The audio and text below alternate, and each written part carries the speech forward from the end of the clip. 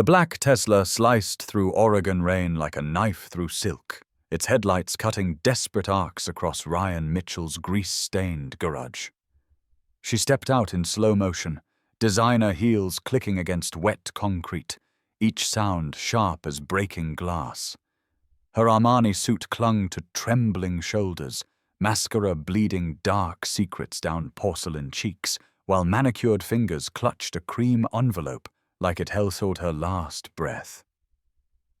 The autumn air hung thick with motor oil and unspoken grief. When Harper's laughter bubbled up from the back office, innocent, untouched by the weight of broken dreams, the woman's steel composure shattered, just for a heartbeat, just long enough for Ryan to glimpse the raw desperation lurking beneath that polished surface. $5,000? She whispered, her voice threading through the silence like smoke. One night. I need you to pretend to be my boyfriend. The wedding invitation trembled between them, expensive paper catching garage light like trapped lightning. My ex-fiancé is getting married in 3 weeks. Her breath hitched, words splintering at the edges. And I will not show up alone. But the way she said those final words carried something far more dangerous than pride. Something that tasted of revenge, redemption, and secrets buried so deep they'd forgotten how to breathe. Ryan's wrench clattered against concrete, the metallic ring echoing through sudden silence. $5,000? The number hung between them like a bridge he wasn't sure he wanted to cross. His calloused hands, still black with engine grease, felt suddenly inadequate next to her polished perfection. Harper's footsteps pattered closer, drawn by the stranger's voice like a moth to flame. Daddy? Harper's pigtails bounced as she peered around his leg, gap-toothed smile faltering at the woman's tear-streaked face. Why is the pretty lady crying? The woman, this vision of wealth and desperation, dropped to Harper's eye level with surprising grace. Her designer suit pooled around her like spilled ink, and for a moment, the mask slipped completely. Raw vulnerability flickered across features too perfect for this small-town garage. Sometimes grown-ups cry when they're scared, sweetheart. Harper nodded with 6-year-old wisdom. Like when Daddy had to learn how to braid my hair after Mommy left? The question hit Ryan like a sucker punch. 3 years had passed since Madison walked out, leaving nothing but divorce papers and the lingering scent of her expensive perfume. He'd learned to braid hair through YouTube tutorials at 2 a.m, fumbling through princess voices for bedtime stories, mastering the art of gluten-free lunches when Harper developed allergies. Single fatherhood had been trial by fire, but Harper had thrived despite, or maybe because of, his imperfect love. Something like that?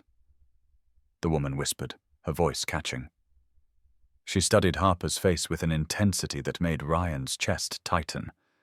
Something hungry lived behind those storm-gray eyes, something that looked suspiciously like longing. What's your name? Harper asked, tilting her head with characteristic curiosity. Alexandra, but you can call me Lexi. The name rolled off her tongue like expensive wine, each syllable polished to perfection. What's yours? Harper Rose Mitchell. I'm 6 3/4, and I know how to tie my own shoes now. Harper demonstrated with theatrical flair, tiny fingers working through laces with determined concentration. Lexi's laugh surprised them all, genuine, unguarded, nothing like the brittle sound Ryan expected. That's very impressive. I didn't learn to tie shoes until I was 7. Ryan watched this exchange with growing unease. Harper had always been friendly, but something about Lexi drew her like sunlight draws flowers. Maybe it was the vulnerability poorly hidden beneath designer armor, or maybe children simply saw what adults spent lifetimes learning to conceal. The wedding, Ryan said, redirecting attention to safer ground. Tell me about it. Lexi stood slowly, smoothing wrinkles from her suit with practiced precision. The mask slid back into place, but Ryan had already seen beneath it. Preston Blackwood. We were together 4 years, engaged for 18 months. Her fingers worried the envelope's edges, expensive paper whispering secrets. He's marrying Sophia Chen next month? Portland's most eligible bachelor finally settling down. The bitterness in her voice could have curdled milk. Ryan recognized the tone. He'd used it himself when talking about Madison's Broadway dreams, back when the wounds were fresh and pride was all he had left. And you need a date because? Because showing up alone would be admitting defeat. The words tumbled out too fast, too practiced, like she'd rehearsed this conversation in mirrors and empty boardrooms. Because his family, his friends, our friends, they're all waiting to see how well I've moved on. Harper tugged at Ryan's shirt. Daddy, are you going to help the pretty lady? $5,000. The number echoed through his mind like a prayer. Harper's college fund barely had 3 digits, and winter was coming. The garage's ancient heating system wheezed like an emphysema patient, and Harper's sneakers were held together with duct tape and hope. But something about this felt dangerous. Lexi Sterling, he'd caught her last name on the credit card she'd pulled from her purse, radiated the kind of trouble that came gift-wrapped in good intentions. I'm not exactly wedding material, Ryan said, gesturing to his oil-stained clothes and calloused hands. Your ex-fiancé's crowd, they won't buy us as a couple. Lexi's smile could have cut glass. Leave that to me. I didn't build a tech company from nothing by accepting defeat at the first obstacle. A tech company? That explained the Tesla, the designer clothes, the casual mention of $5,000 like it was lunch money. Ryan felt suddenly small in his own garage, surrounded by rust and old dreams. What exactly would this involve? One evening, 3 weeks from Saturday, you wear a tuxedo, smile at the right moments, and let me introduce you as my boyfriend. Lexi's voice gained strength with each word, the CEO emerging from beneath the broken woman. No physical contact beyond hand-holding, no lies beyond the relationship itself. Just presence. Harper clapped her hands together. Like when I play dress-up. Exactly like dress-up. Lexi agreed, but her eyes remained fixed on Ryan's face. Except the costume is real, and the performance matters more than you could possibly imagine. Ryan studied her carefully. Lexi Sterling carried herself like someone accustomed to getting what she wanted, but desperation leaked through the cracks in her composure like water through damaged stone. Whatever had happened between her and Preston Blackwood, it had left scars that expensive clothes couldn't hide. Why me? The question escaped before he could stop it. You could hire an actor, a model, someone who actually belongs in your world. Something vulnerable flickered across her features before the mask snapped back into place. Because actors lie for a living, and models perform for cameras. I need someone real. Her gaze swept the garage, taking in Harper's crayon drawings taped to the wall, the ancient coffee pot bubbling on a makeshift table, the general chaos of a life built on love rather than money. Someone who knows what it means to choose family over everything else. The observation hit closer to home than Ryan liked. He had chosen Harper over everything: career advancement, social life, the possibility of finding love again. Some days that choice felt like freedom, others like a beautiful prison. I need time to think about it. Of course, Lexi reached into her purse and extracted a business card that probably cost more than Ryan's lunch. My number's on there, but Ryan? She paused at her car door, rain beginning to bead on expensive paint. I meant what I said about the money. $5,000, cash, the night of the wedding. No strings attached.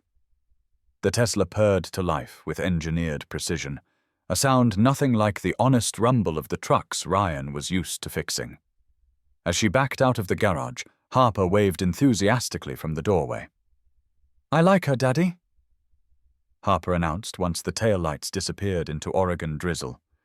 She smells like flowers and sadness, out of the mouths of babes. Ryan crouched beside his daughter, studying the business card in his grease-stained fingers. Alexandra Sterling, CEO, Sterling Digital Solutions. The address was downtown Portland, the kind of gleaming tower that scraped clouds and housed dreams. "What do you think, baby girl? Should Daddy help the pretty lady?" Harper considered this with the gravity of someone deciding world peace. "Is she nice?" "I think so. Sad, but nice." "Then yes, sad people need extra help." Harper skipped back toward the office, leaving Ryan alone with rain-soaked silence and a decision that felt heavier than it should. 3 weeks later, Ryan stood before his bathroom mirror, wrestling with a bow tie that seemed determined to strangle him. The tuxedo Lexi had insisted on purchasing hung perfectly, transforming his mechanic's frame into something that might pass for refinement in dim lighting. Harper perched on the closed toilet seat, offering commentary and completely unhelpful advice. "You look fancy, Daddy, like princes in my movies." "I feel like a fraud." "What's a fraud?" Ryan paused, considering how to explain imposter syndrome to a 6-year-old. Someone pretending to be something they're not. "But you're still you inside the fancy clothes, right? You're still my daddy who makes the best pancakes and reads bedtime stories in funny voices." "Right. Then you're not a fraud. You're just daddy in a costume." Sometimes Harper's wisdom cut straight to truth with surgical precision. Ryan straightened his shoulders and managed a smile. "When did you get so smart?" "I've always been smart. You just notice more when I say grown-up things." The doorbell chimed, followed by the soft purr of an expensive engine in his driveway. Through the bathroom window, Ryan could see the Tesla's silhouette against evening shadows. His stomach clenched with nerves that had nothing to do with the formal event, and everything to do with the woman waiting to collect him. Lexi Sterling stood on his doorstep, transformed. The broken woman from 3 weeks ago had been replaced by something that belonged on magazine covers. Midnight blue silk that flowed like water, hair arranged in complicated elegance, makeup applied with artistic precision. But it was her eyes that stopped Ryan's breath. The storm-grey depths held something new, something that looked dangerously like hope. "You clean up nice," she said, her voice softer than he remembered. "So do you." Ryan felt suddenly tongue-tied, like a teenager collecting his prom date, which, he supposed, wasn't entirely wrong. Harper bounded down the stairs, resplendent in her favorite princess dress and plastic tiara. "Miss Lexi, you look like a real princess." "Thank you, sweetheart. You look pretty magnificent yourself." Lexi knelt carefully, mindful of her dress, and adjusted Harper's crooked tiara with gentle fingers. "Are you going to be okay with Mrs. Patterson tonight?" "Uh-huh. We're gonna watch movies and eat popcorn, and maybe paint our nails if she says yes." Harper hugged Lexi impulsively, tiny arms wrapping around silk and secrets. "Have fun at the party." Something cracked in Lexi's carefully constructed facade. For a moment, she simply held Harper, breathing in the scent of childhood innocence and no more tears shampoo. When she finally pulled back, her eyes were suspiciously bright. "We will," she managed, voice thick with unshed tears. The drive to Portland passed in comfortable silence, broken only by the whisper of expensive leather and the gentle hum of hybrid technology. Lexi handled the Tesla like she handled everything else, with precision and barely contained emotion. Ryan found himself studying her profile in the dashboard's glow, noting the tension in her jaw and the white-knuckled grip on the steering wheel. "Nervous?"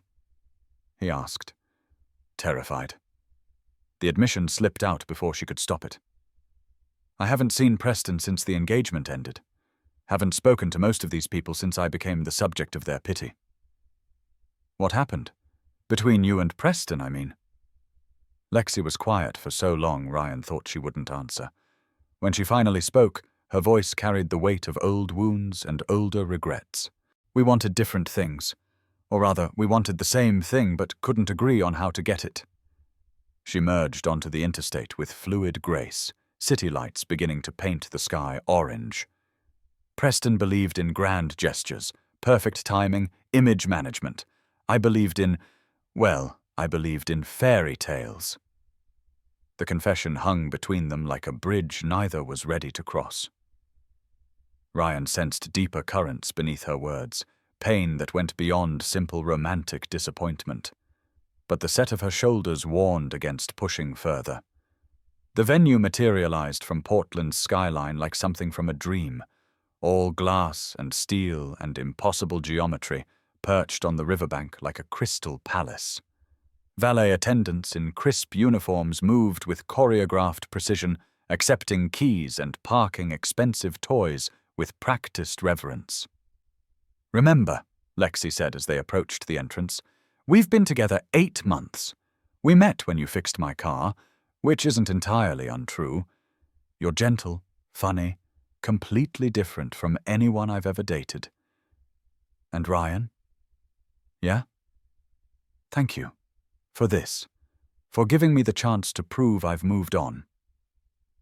But as they stepped through glass doors into a world of crystal chandeliers and orchestral music, Ryan wondered if either of them was ready for what they might prove instead. The ballroom defied description, a cathedral of wealth and influence, where Portland's elite had gathered to witness love triumph over logic.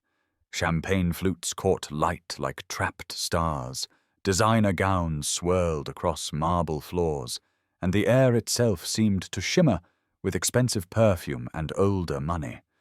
Ryan felt every stitch of his borrowed tuxedo, every callus on his working hands, every mile between this world and his grease-stained garage.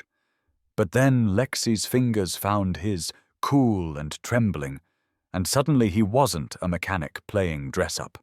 He was a man helping a woman face her demons, and that was something he knew how to do.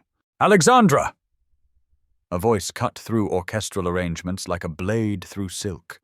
A woman approached with predatory grace. Blonde, sharp-featured, wrapped in something that probably cost more than Ryan's truck.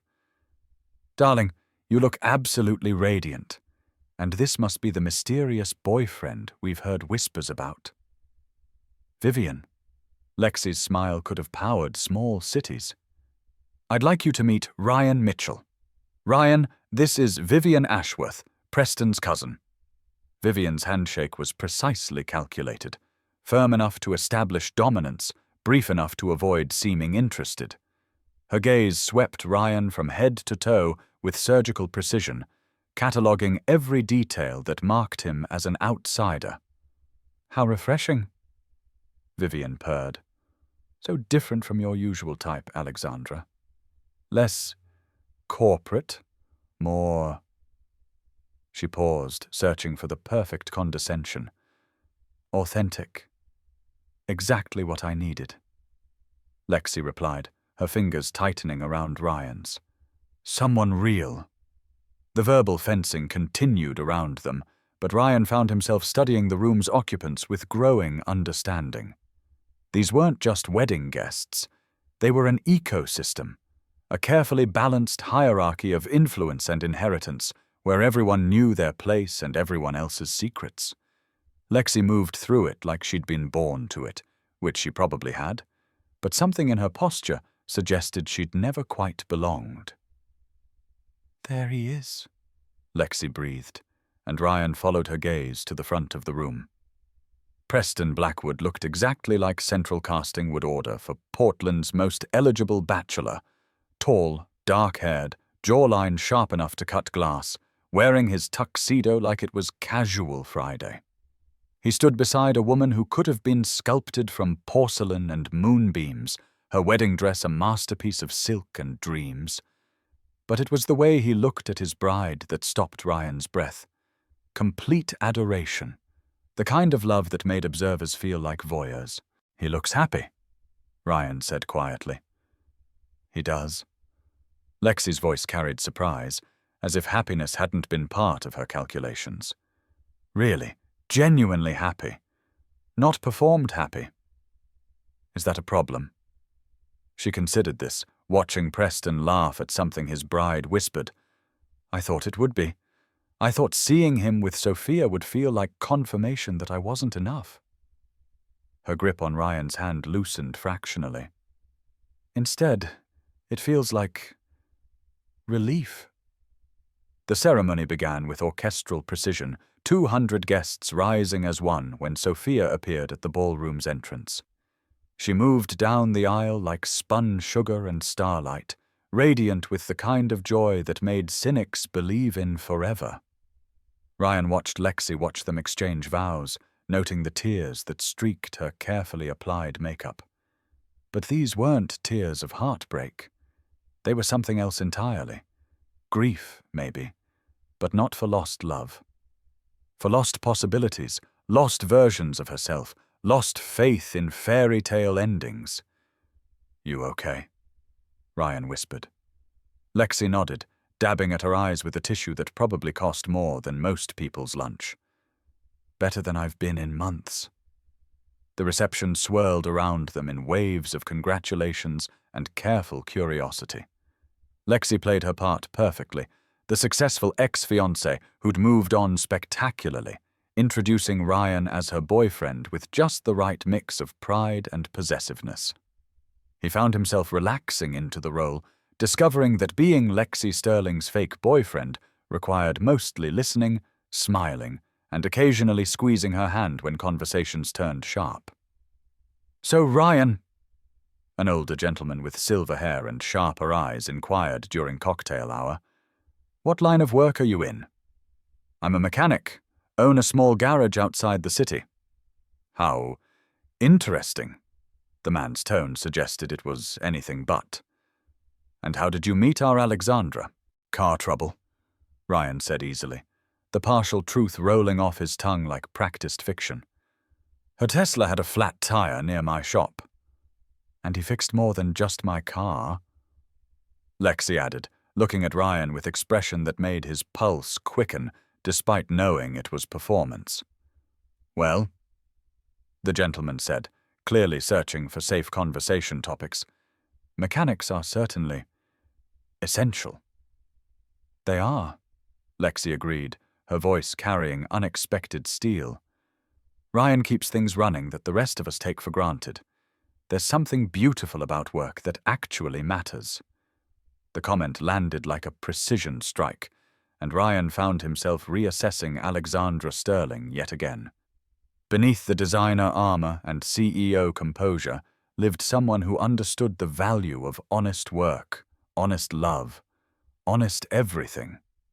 As evening deepened, Ryan excused himself to find the restroom, needing a moment away from champagne bubbles and careful conversation. The men's room was all marble and gold fixtures, the kind of place where even bodily functions felt expensive. He was washing his hands when the door opened behind him. Preston Blackwood stepped inside, looking exactly like a groom who'd married his fairy tale. Up close, he was even more imposing, the kind of man who'd never doubted his place in the world or his right to everything in it. You must be Alexandra's new boyfriend, Preston said, moving to the sink beside Ryan with easy confidence. Ryan Mitchell. They shook hands, Preston's grip firm without being threatening. Preston Blackwood, though I suppose you knew that already. He adjusted his bow tie in the mirror with practiced precision. Alexandra looks happy. Really happy, not performed happy. She is. Ryan meant it more than he'd expected to. Good. I worried about her after. Preston paused, studying Ryan's reflection. She told you about us? About what happened? Some of it. Preston nodded slowly. She deserves someone who sees her as whole, not broken. Someone who appreciates what she is instead of mourning what she isn't. He turned to face Ryan directly. Are you that someone? The question hit deeper than intended. Ryan found himself thinking about Harper's instant attachment to Lexi, about the way vulnerability flickered behind designer armor, about $5,000 that had become irrelevant somewhere between car trouble and careful conversation. I'm trying to be. That's all any of us can do. Preston smiled, and for the first time, Ryan saw why Lexi had loved him. Take care of her, Ryan. Alexandra Sterling is rarer than she knows. Returning to the reception, Ryan found Lexi standing alone on the terrace, city lights painting her profile in gold and shadow. The autumn air carried the scent of rain and distant possibilities, and for a moment she looked like something from a dream. Beautiful, untouchable, utterly lost. "Hiding?" he asked, joining her at the railing. Processing. She didn't look at him, but her fingers found his again. This isn't going the way I planned. How so? I came here to prove I'd moved on from Preston, but watching him with Sophia... She paused, searching for words. I realized I had moved on. Months ago, maybe years. I just hadn't admitted it to myself. Then why did tonight matter so much? Lexi was quiet for so long Ryan thought she wouldn't answer. When she finally spoke, her voice was barely above a whisper. Because I needed to prove I could still feel something besides anger and disappointment, that losing Preston hadn't broken something essential inside me. She turned to face him, eyes bright with unshed tears. I hired you to be my fake boyfriend, but somewhere between car trouble and careful conversation, you became something else entirely. What's that? Hope. The word escaped like a held breath. You and Harper, your garage, your completely ordinary, extraordinary life. You reminded me that happiness doesn't always look like what we planned. Ryan felt something shift between them, something that had nothing to do with money or wedding dates or proving points to ex-fiancés. Lexi Sterling stood before him transformed, not by designer clothes or careful makeup, but by honesty that stripped away everything artificial. The $5,000, he said quietly. Keep it. You've earned it twice over. She moved closer, close enough that he could smell her perfume and see the vulnerability she'd stopped trying to hide. But Ryan, what I said about tonight being performance, that stopped being true somewhere around your daughter's hug. Lexi, I know it's complicated. I know you have Harper to think about, and I'm still figuring out who I am when I'm not trying to be perfect. Her voice gained strength with each word. But I also know that sitting in your kitchen 3 weeks ago felt more like home than this ballroom ever has. The confession hung between them like a bridge waiting to be crossed. Ryan thought about Harper's instant attachment to this broken, beautiful woman. About $5,000 that had become irrelevant. About the difference between performed happiness and the real thing. What are you saying? I'm saying maybe we stop pretending this is fake and see what happens when it's real. Before Ryan could respond, music drifted from the ballroom. Something soft and orchestral that spoke of new beginnings and second chances. Without discussion, they moved together. Lexi's arms around his neck, his hands finding her waist, swaying to music that felt like a promise. Your ex-husband was right about one thing, Ryan said quietly. What's that? You do deserve someone who sees you as whole instead of broken. And you think you're that someone? Ryan considered this, thinking about Harper's wisdom and performed happiness and the way Lexi's vulnerability had become beautiful instead of frightening. I think I'd like to try. The drive home passed in comfortable silence, both of them lost in thoughts too fragile for words. Oregon countryside rolled past in darkness punctuated by farmhouse lights, each one a reminder of lives built on simpler foundations than crystal ballrooms and designer dreams. Ryan found himself wondering what tomorrow would look like, where the morning light would dissolve evening magic like sugar in rain.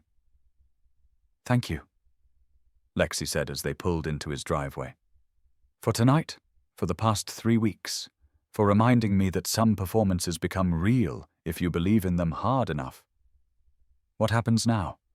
She turned to face him, moonlight catching in her eyes like trapped starlight. "Now I figure out if Alexandra Sterling, the CEO, and Lexi, the woman who laughs at 6-year-old wisdom, can coexist in the same life. And if they can, then maybe I stop running from happiness and see if it's willing to run toward me instead." Harper burst through the front door before Ryan could respond, still wearing her princess dress, but now adorned with purple nail polish and popcorn butter. Mrs. Patterson followed with apologetic smiles and reassurances that, yes, Harper had been an absolute angel, and no, they hadn't stayed up too terribly late. "Daddy, Miss Lexi, how was the party? Did you dance? Did you eat fancy food? Did Miss Lexi's dress look even prettier in person?"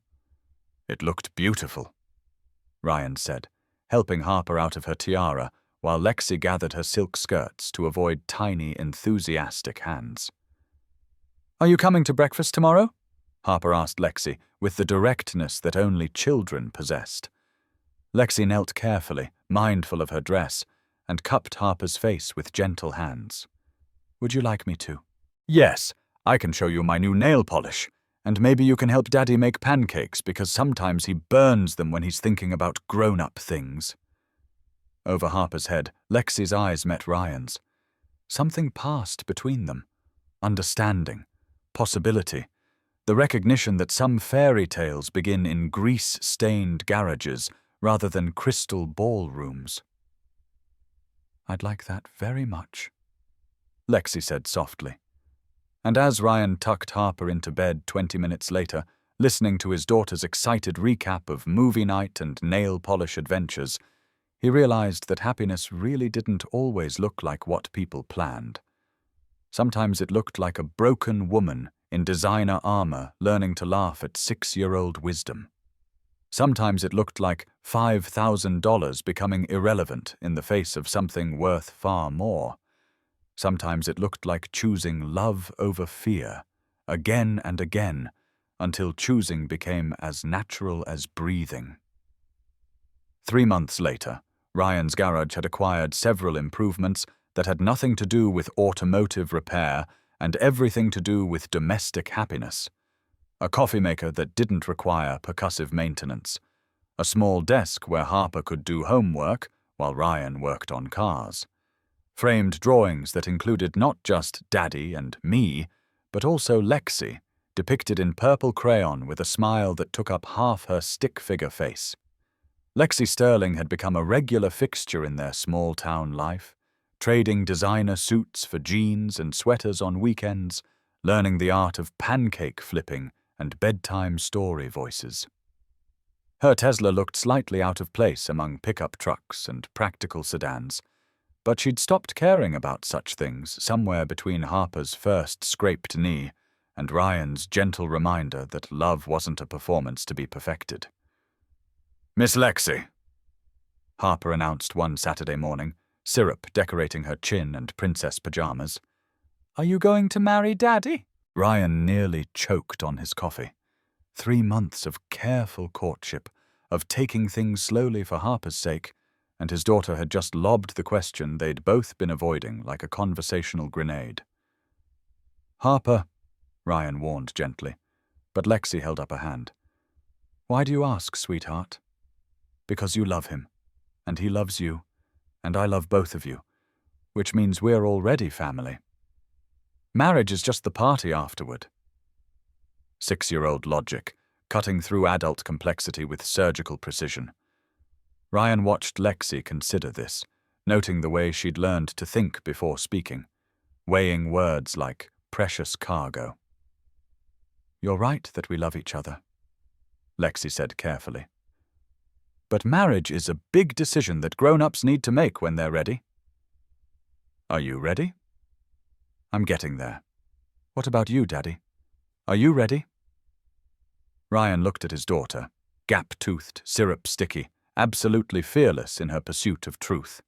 And then at Lexi, who'd traded designer armor for the vulnerable courage of someone willing to build happiness from scratch. Yeah, baby girl, I think I am. Lexi's smile could have powered small cities. Later, after Harper had been bundled off to a playdate with elaborate promises to behave and not get too dirty, Ryan and Lexi found themselves alone in his kitchen for the first time in weeks. The silence felt different now, not awkward, but loaded with possibilities that had nothing to do with wedding dates and everything to do with real ones. She's not wrong, you know, Lexi said, perched on his counter like she belonged there. About the love part. I know. Ryan moved closer, close enough to see gold flecks in her storm-grey eyes. Question is, what are we going to do about it? Well, Lexi said, her voice carrying laughter like bubbles in champagne. I was thinking we could start with not pretending it's fake anymore.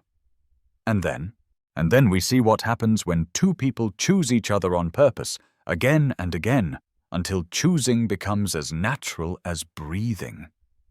Ryan kissed her then, soft and sure and tasting of possibilities. Outside, Oregon rain painted patterns on windows, but inside, something that had started as performance had become the most real thing either of them had ever known. 6 months later, Harper would insist on being flower girl at their wedding, distributing rose petals with the same enthusiasm she brought to everything else. Preston and Sophia would send congratulations from their honeymoon, along with a note that said, "Some fairy tales just take longer to recognize themselves."